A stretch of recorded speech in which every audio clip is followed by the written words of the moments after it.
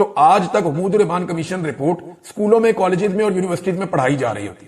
لیکن اگر دیکھیں اپنے ماضی کی غلطیوں سے سیکھنا ہوتا یا ان غلطیوں کے اوپر شرمندہ ہونا ہوتا تو حقوق الرحمان کمیشن رپورٹ جو ہے وہ پبلک ہو چکی ہوتی.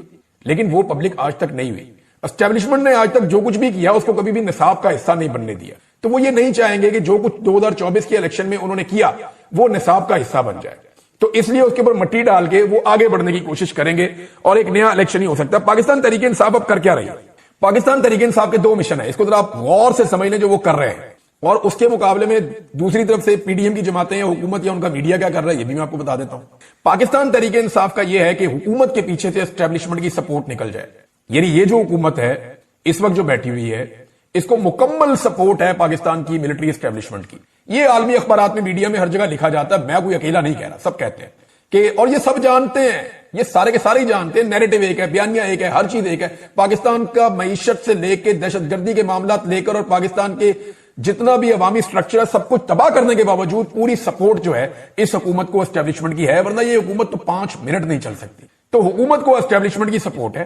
پاکستان تحریک انصاف کا پہلا مشن ہے کہ اسٹیبلشمنٹ کی سپورٹ حکومت کے پیچھے سے نکل جائے.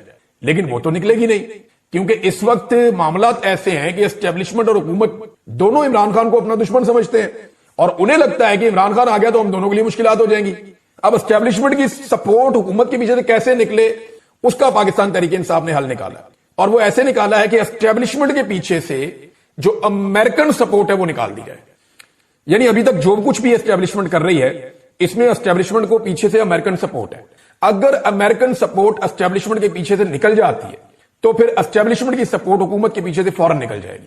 یہ ہے جی پاکستان تحریک انصاف کا سمپل مشن. ایک کے بعد ایک چیز حکومت کے گلے پڑ رہی ہے، اور وجہ صرف عمران خان. جیل میں بیٹھا ہوا آدمی ان کے اوپر اتنا حاوی ہو گیا کہ بین الاقوامی سطح پہ یا پاکستان کے اندر ان کے تمام فیصلے قیدی نمبر 804 کے ارد گرد گھوم رہے ہیں. اب جب تک یہ قیدی نمبر 804 کو اپنے دماغ سے نہیں نکالیں گے تب تک یہ کوئی دماغ کے ساتھ فیصلہ کر نہیں پائے گے.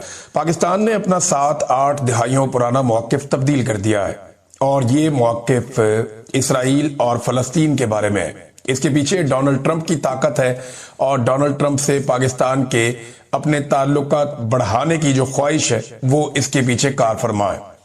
پاکستان کے حکمرانوں نے بڑی کوشش کی کہ ڈونلڈ ٹرمپ سے امریکی حکومت کے ساتھ ان کے بہترین تعلقات رہیں. پچھلے سال جب امریکہ میں الیکشن ہوا تو تب پاکستان کی حکومت کے لیے پریشانی تھی کہ ڈونلڈ ٹرمپ اپنے ووٹرز کے ساتھ، خاص طور پہ اپنے مسلمان اور پاکستانی ووٹرز کے ساتھ یہ وعدہ کر کے آیا تھا کہ وہ پاکستان تحریک انصاف کے اوپر جو ظلم اور جبر پاکستان میں ہو رہا ہے اس کو روکے گا.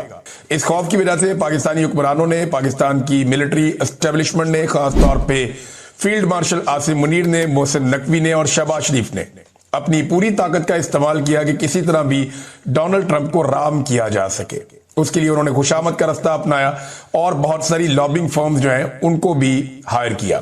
انڈیا کے مقابلے میں پاکستان نے کچھ رپورٹوں کے مطابق 3 گنا زیادہ پیسہ خرچ کیا ڈونلڈ ٹرمپ کو خوش کرنے کے لیے، اور پاکستان کافی حد تک کامیاب بھی ہوا. ڈونلڈ ٹرمپ نے پاکستان کے فیلڈ مارشل اور شہباز شریف کی تعریفیں کی، جس کے بدلے میں انہوں نے بھی دبا کے ان کی خوشامد کی. معدنیات کے معاملات ہوں یا دیگر معاملات ہوں، پاکستان نے اپنے بہت سارے ماضی کے جو موقف تھے ان سے یو ٹرن لیا ہے، اور آج پاکستان نے وہ کر دیا جو آج سے اگر آپ چند سال پہلے یہ اس کے بارے میں بات کرتے یا آپ چند ماہ پہلے بھی اس کے بارے میں سوچتے بھی آپ، تو آپ کہتے یہ ناممکن ہے، یہ ہو ہی نہیں سکتا، پاکستان کبھی یہ کر ہی نہیں سکتا. پاکستان میں 4 ملٹری ڈکٹیٹرز آئے، ان میں سے کسی کے دور میں بھی کسی ایک کو بھی اتنی جرت نہیں ہوئی کہ وہ اس لیول تک یہاں تک پہنچ جائے، کیونکہ ایک عوامی رد عمل پاکستان میں بہت سخت تھا. لیکن فیلڈ مارشل عاصم منیر نے وہ کر دکھایا جو کوئی اور نہیں کر سکا. فیلڈ مارشل عاصم منیر نے امریکہ کے ساتھ مل کر اسرائیل کی حفاظت کے لیے اقوام متحدہ میں ایک قرارداد کو منظور کروایا. اس قرارداد کے خلاف کون کون تھا اور حق میں کون کون تھا، یہ ہے اب کی سب سے بڑی سٹوری.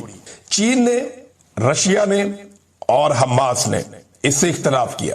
یہ ڈونلڈ ٹرمپ کے 20 نکات ہیں جس کے اوپر یہ قرارداد ہے. اقوام متحدہ سے اس کو منظور کروا لیا گیا ہے. پاکستان نے اس کے حق میں ووٹ ڈالا ہے. دیگر وہ ممالک جو ڈونلڈ ٹرمپ کے حمایتی ہیں انہوں نے بھی اس کے حق میں ووٹ ڈالا ہے، خاص طور پہ مسلمان ملکوں نے. اب ایک سٹیبلائزیشن فورس جائے گی اور وہ جا کر غزہ کے اندر اپنی ڈیوٹی کرے گی.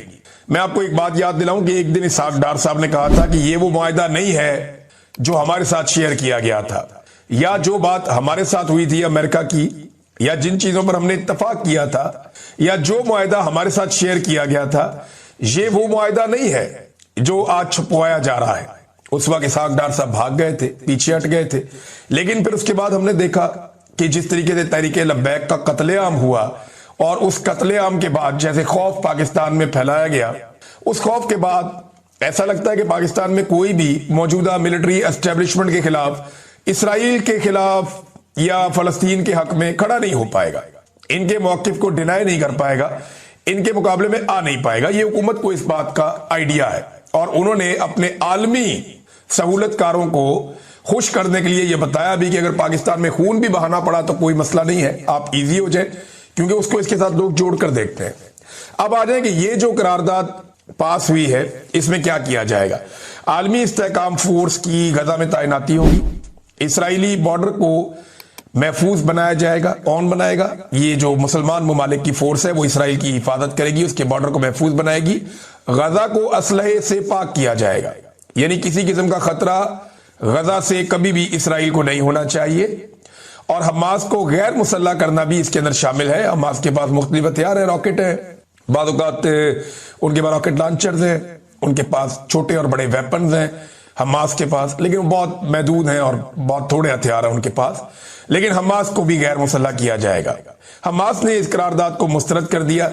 حماس نے قرارداد کو مسترد کرتے ہوئے یہ کہا کہ یہ فلسطینیوں کے ساتھ ایک زیادتی ہے اور ان کی تحریک کو مکمل طور پہ کچلنے کے مترادف ہے۔ اب معاملہ یہ ہے کہ پاکستان نے اس کے اوپر ووٹ ڈال دیا، لیکن ووٹ ڈالتے ہوئے پاکستان نے ایک بات کی۔ پاکستان نے کہا کہ اقوام متحدہ کی قراردادوں کے مطابق کم سے کم جو ہے وہ فلسطینی ریاست کا تو قیام ہونا چاہیے، یہ پاکستان کا مطالبہ ہے۔ لیکن آپ کو میں ایک حیرت کی بات بتاتا ہوں کہ پاکستان اور بہت سارے اسلامی ممالک مل کر ڈونلڈ ٹرمپ کے ان نکات کے اندر جس کے اوپر یہ قرارداد پیش کی گئی ہے، اس میں صرف ایک نقطہ شامل نہیں کروا پائے۔ بھئی اگر آپ سارے ڈونلڈ ٹرمپ کی حمایت کر رہے ہیں، آپ یہ بھی کہہ رہے ہیں کہ اسرائیل کو محفوظ بنانا ہے، اس کی سرحدوں کی حفاظت کرنی ہے، غزہ کے اندر جو فلسطینی ہیں ان کو مکمل طور پہ غیر مسلح کرنا ہے، حماس سے ہتھیار چھین کے واپس لینے ہیں، اگر آپ یہ سارے مطالبات مان رہے ہیں تو آپ کو اپنا ایک مطالبہ بھی اس میں شامل کروانا چاہیے تھا۔ اس قرارداد میں ایک نقطہ ہونا چاہیے تھا کہ ایک آزاد اور خود مختار فلسطینی ریاست کا قیام عمل میں لایا جائے گا۔ سارے مسلمان مل کر ایک نقطہ شامل نہیں کروا پائے، اور ڈونلڈ ٹرمپ کے نکات کے اوپر سب نے مل کر دستخط کر دیے، یعنی ہاتھ کھڑے کر دیے، جناب ہم آپ کے ساتھ ہیں، اور پاکستان نے بھی اس کے حق میں ووٹ ڈال دیا۔ چین نے سمجھا یہ غلط قدم ہے، روس نے بھی یہ سمجھا غلط قدم ہے۔ اچھا، ایسا اقوام متحدہ میں ہوتا نہیں ہے، نارملی پاکستان کا موقف اور چین کا موقف ایک ہی جیسا ہوتا ہے۔ بھارت کچھ کرنے جا رہا ہو، امریکہ کچھ کرنے جا رہا ہو، پاکستان کے خلاف جو بھی چیز آتی ہے چائنا اس کو روکتا ہے پاکستان کے لیے، تو پاکستان کا موقف ہمیشہ چین کے موقف کے ساتھ رہتا ہے۔ لیکن اس مرتبہ کیا ہوا؟ پاکستان کا موقف چین کے موقف سے الگ ہو گیا۔ چائنا کو یہ لگتا ہے کہ یہ جو فورس بنا کر بھیجی جائے گی یہ ایک قبضہ فورس ہوگی، اور یہ جا کر فلسطینیوں کو دبائے گی، اور ان کی جو آزادی کی تحریک ہے وہ بھی کچل جائے گی۔ یہ ساری دنیا یہی سمجھتی ہے۔ پاکستان میں بہت سارے لوگ اس کے اوپر اعتراض کر رہے ہیں، رولا ڈال رہے ہیں کہ ہمارا تو موقف کچھ اور تھا، ہم تو ہمیشہ سے کچھ اور کہتے رہے ہیں۔ تاریخی موقف تھا پاکستان کا کہ اسرائیل نام کی کوئی ریاست ہی موجود نہیں ہے، یہ ناجائز قابض قوت ہے، اس کو تسلیم کرنا فلسطینیوں سے غداری ہوگی۔ پاکستان کے پاسپورٹ پر درج ہے کہ یہ اسرائیل کے سوا تمام ممالک کے لیے کارآمد ہے۔ آج اسرائیل اور پاکستان چند چیزوں پہ ایک ساتھ ہیں، اکٹھے ہیں، ان کے بیک ڈور چینل رابطے بھی چلتے رہتے ہیں، حال ہی میں کچھ ملاقاتیں بھی ہوئی ہیں تو چلتی رہتی ہیں۔ اردن کے سربراہ جو اسرائیل کے بڑے زبردست حمایتی ہیں، جب ایران کی اور اسرائیل کی لڑائی چل رہی تھی تو ایرانی حملوں کو روکنے میں جو اردن کے حکمران ہیں انہوں نے بڑا اچھا کردار ادا کیا تھا۔